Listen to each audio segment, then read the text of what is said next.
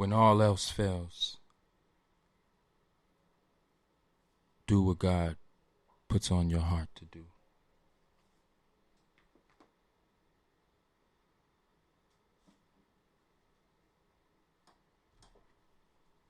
We are caught up in a world that is multiple dimensions. And being able to discern what God has made and what the Lords have made is very, very important. When you look out the window and you see the trees and you see the animals and you see the human beings, these are the things that God has made.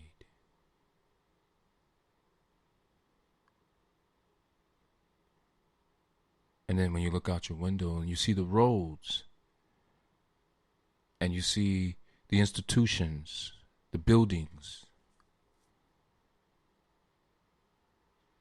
the lights,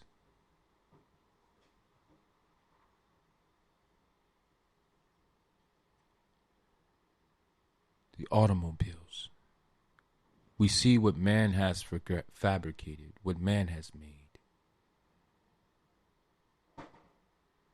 What God has made is astounding, magnificent, marvelous. And it has its dark side and it has its light side, evenly. Nature is beautiful, amazing in a marvelous way, in the positive and the negative. It has wild dogs that'll eat its prey alive. The same with the cobra, the same thing with the Komodo dragon, the same thing with the lion, the hyena, the vulture, the eagle. Life sustains life.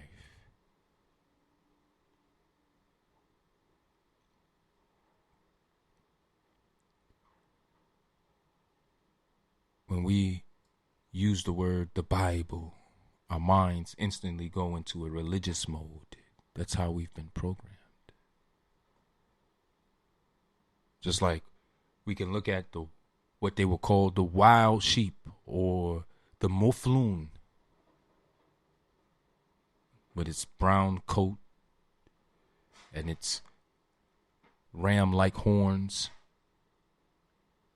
and features. We know that is what God has made, but from that creature, the masters of society in that realm of science have formed the sheep through the process of domestication. Likewise, we have been domesticated and formed into a new creature which operates much like a natural human, but is fit for the modern world and society systems. We have been programmed.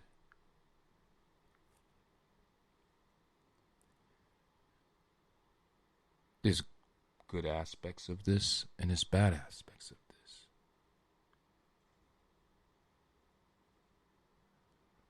And most go through life without ever questioning existence, going along the program. And it's neither right or wrong. That is what the program is for. It is a default mechanism for the masses.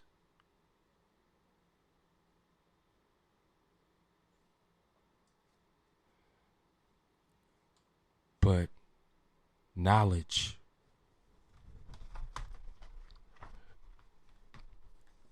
in the Genesis is something that is off limits to the enslaved, right? But the masters have knowledge. Knowledge is something that's forbidden, that's protected. There's some knowledge that's even deemed sacred. Knowledge goes down a chain of command, like the military. The admirals and generals don't discuss a lot of knowledge with even high-ranking enlisted personnel. Information must trickle down a chain of command and trickle up a chain of command as well.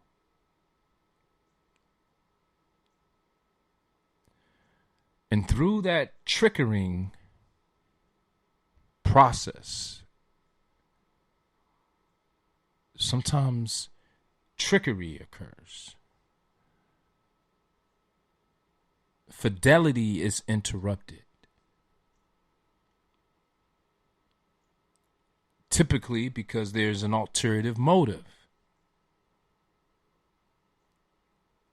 And in the 1600s,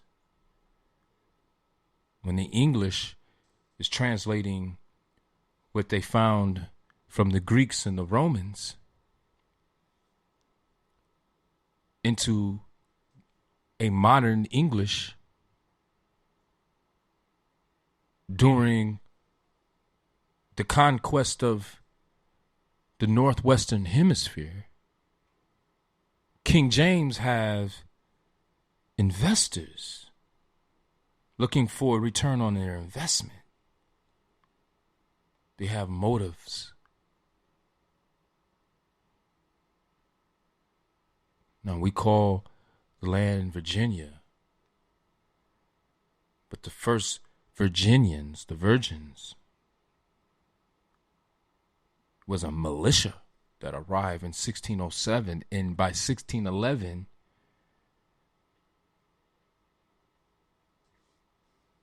King James published his version of the scripture, which differs from the Spanish.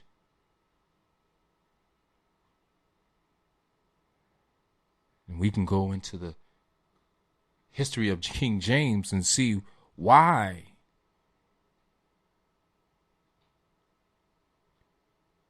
there's confusion of how Eve came into existence. Why it seems unnatural. Because the rib organ that a man has that a woman has that's used to procreate is another thing that is obscured, but makes perfect sense because we know from the Father the seed of life is planted inside the womb of the mother, which becomes the mother as soon as life is fertilized within her egg. She is only a mother once that process has happened. She has been seeded by a male.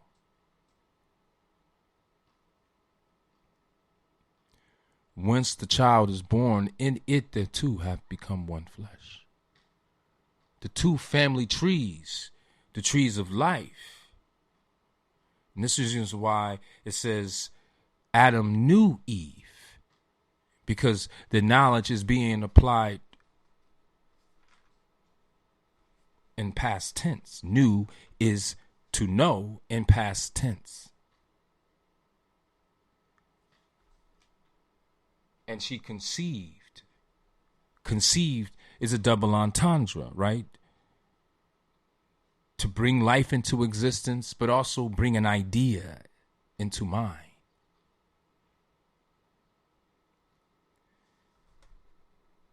To understand. And bore Cain, and she said, I have gotten a man from the Lord.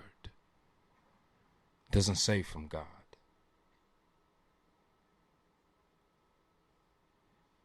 That's a detail. And people may many times overlook that detail. But in the end of the chapter 4, when Adam knew his wife again and she bore a son and named him Seth, this time she says, "For God has appointed another seed for me instead of Abel, whom Cain killed." And as for Seth, to him also a son was born, and he named him Enosh. Then men began to call on the name of the Lord, specifically saying that there's a difference between God and Lord. And this Lord is named after Seth. Bore his son Enosh, who was named almost exactly like Cain's son Enoch, who God took, who walked with God, for he was not. Right? That's the next chapter, Genesis 5. It says Enoch walked with God, for he was not, for God took him. And he was taken, Adam was taken, Lamech was taken, the man with the 2 wives, Adah and Zillah, Ada, the second woman named after Eve,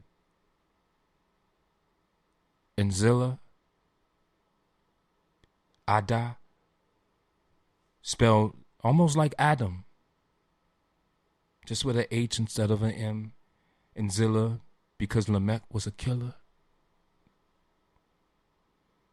He said, one for wounding him, even a young man for hurting him, which doing less damage, a younger guy, 2 guys. It was, you see what was going on out here. This is Genesis 4. But he was taken and put into Seth's lineage, excluding Cain, leading to the birth of Noah, who also walked with God and found favor in the Lord as well.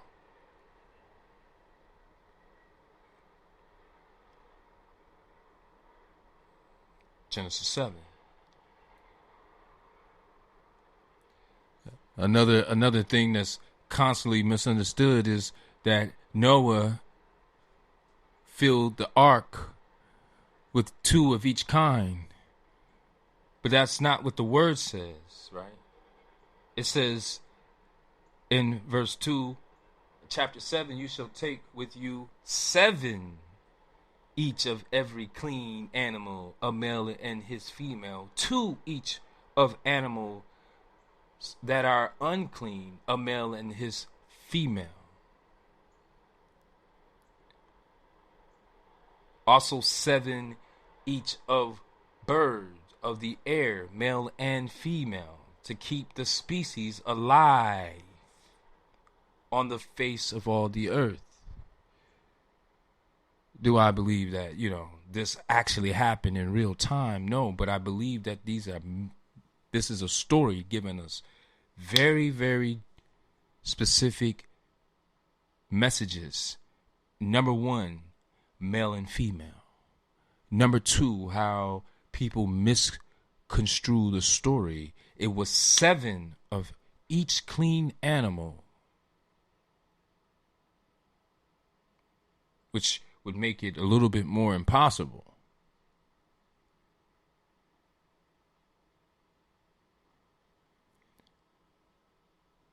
And then if it was possible, these animal, this ark would have to be in the Nile River Valley somewhere near the animals. It can't be, you can't save the animals from a place where there is no animal. So we know this is in the tropics. We know this is in Africa. We're talking about Africans hidden in the Bible. Our history hidden from us. The book of life. Peace.